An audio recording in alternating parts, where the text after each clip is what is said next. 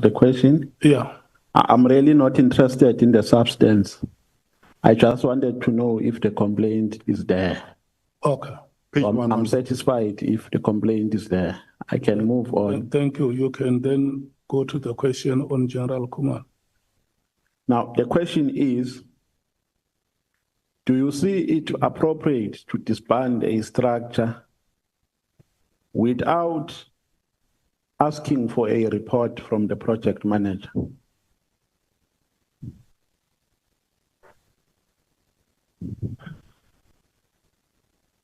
General? No, I'm not stuck. I'm just saying, the question is, do you see it appropriate without requesting for a report from the... No, I can repeat for you, General. No, I hear what you say. The answer is very simple. The instruction as it came from the National Commissioner, it said, prepare a close-up report, communicate the same to the team, and prepare a close-up report. No, General, that's why I wanted to repeat for you, because we are not answering my question. Prepare for a close-out report is in a letter that disbands the task team. I am talking about a process that was supposed to unfold before the disbandment was effected. Do you see it appropriate to disband a structure without getting a report before you disband from a person who was tasked to be a project manager? Chair, please protect me here, because I'm going to answer the same question. The instruction from the National Commissioner says, DNC, as directed, you are requested to communicate the same to the team and to prepare a close-up report by the 14th of January, and for the minister to get this on the 20th. Now, the close-up report is exactly what the honorable member is talking about, because the close-up report, the only people who can prepare a close-up report is General Khumalo. Even when you go to the meeting on the 6th of March, where General Khumalo presented before the minister, and when you look at the very last sentence, paragraph in the action plan that is actually produced by him, it says prepare the close-up report by the 31st of March. General Kumar, who is the project manager? Chair? Yeah. Can I clarify my question? Maybe you will assist me with interpreting it. You don't have to clarify, General Sbiya. Yes. If a member asks you one question 3 or 4 times, you have the same answer. You just give the same answer. Yeah. Okay. No, Chair, I think you are making a mistake now, because you are prescribing how he should answer. No. And I'm responding to the point that you are saying he needs protection. I am the one who needs protection here, Chair, because my question has not been responded to. That is why I'm saying, Chair, it means we are not following my questioning. The question before the general is, was the project manager consulted before the decision was taken to disband the structure? Now he says, in a letter, and the letter that he talks about is a letter that disbands the structure. He says in that letter, and I agree, I've read the letter, and what he's talking about is the last paragraph of that letter, after the decision to disband has been communicated on the above paragraph. Now he says in that letter, the minister says, prepare a close-out report. The questioning I'm asking, Chair, is a question that relates to a consultative process prior to making a decision, prior to arriving to a conclusion that indeed there is a need to disband the structure. I agree with you. After you asked him a question, he appealed to me to protect him. But I also appeal to you to protect me, Chair. Okay, let me protect both of you. Both of you are protected. I'm leveling the playing fields. Can you please restate the question and we hear what his response is? Should I rephrase? Restate it. Okay. My question, General, is before the decision was taken on the 31st of December, in a letter that was signed by the minister. In that letter, the minister disbands. In the same letter, he says, prepare a closeout report.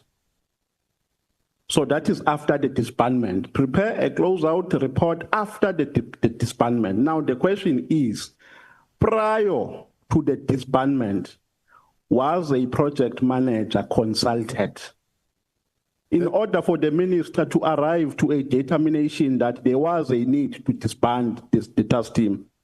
That is a response that can be provided by the minister and the national commissioner. At least that response is better than the first one, Chair. Was General Nhlanhla Mkhwanazi disbanded? Informed? I don't know. The provincial commissioner? I don't know. Should we not be worried here, General, that you become so active in executing a wrong decision? Because you came after the decision was taken, and the manner in which the decision was taken was wrong because due processes were not followed. Should we not be worried? I don't think so. The same way the National Commissioner mentioned in his statement here that had he not carried out the instruction, was going to be discipline for insubordination. Now, in this case, if it is the office of the National Commissioner that invites me into the process, there's no way I could not participate after being ordered by the office of the National Commissioner to participate. I didn't jump in on my own. I was invited in and directed by the office of the National Commissioner. May you please be specific that at that time when that instruction was given, the National Commissioner was on leave. So in office, there was an acting National Commissioner.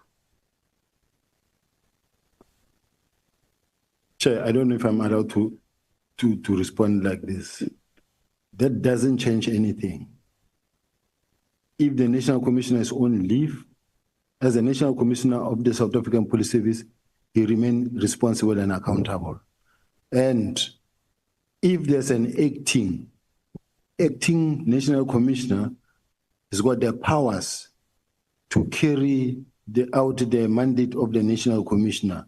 But the bottom line is, there's a letter that comes from or out of the office of the National Commissioner directing the Deputy National Commissioner to act.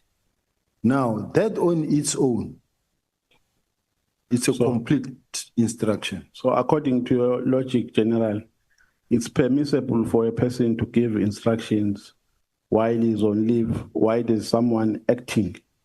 It happens in their office. It happens. Then why people are acting if a person can do the work while you're at home? It happens. If you are the National Commissioner and you think of something that you want happen, you will give an instruction and it will be complied with.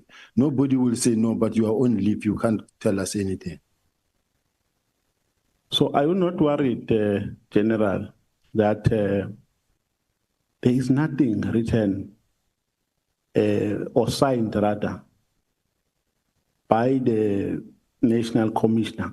Because the gist of the bone of contention here centers around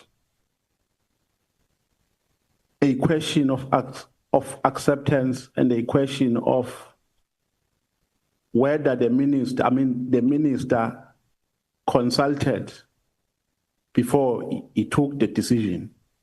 And the position of the National Commissioner is that he did not accept the decision.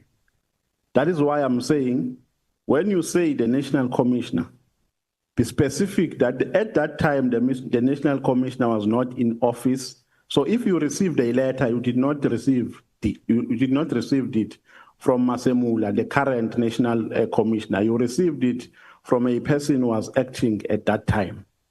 Now, are you not worried that even after the minister came back to work, you gave him a plan and he did not sign it? Can I return back to the page that I just read, Chair, where the National Commissioner says, I instructed Brigadier Letoko of my office to forward the letter from the minister to all deputy national commissioners. This comes now from the National Commissioner. So the fact that he's on leave forced away. Which letter is that? May you please refer me to a letter? Which annex? Now it's Madlanga Commission statement on Masamula, page 34. I don't have a Madlanga document. Maybe the evidence leader can assist. But the National Commissioner does accede. He says, I instructed Brigadier Letoko of my office to forward the letters from the minister to all deputy national commissioners, including Lieutenant General Sbiya Crime Detection, to instruct them to prepare the necessary reports. My intention was to discuss the matter with the minister to understand his reasons and attempt to dissuade him. However, the letter contained an instruction to prepare a report that were due by 20th January. If I had refused to carry out instructions, I would have been accused of insubordination. So, in other words, the National Commissioner agreed, because he says if he had refused, he was going to be accused of insubordination. Yeah, unfortunately, I'm not in possession of that letter.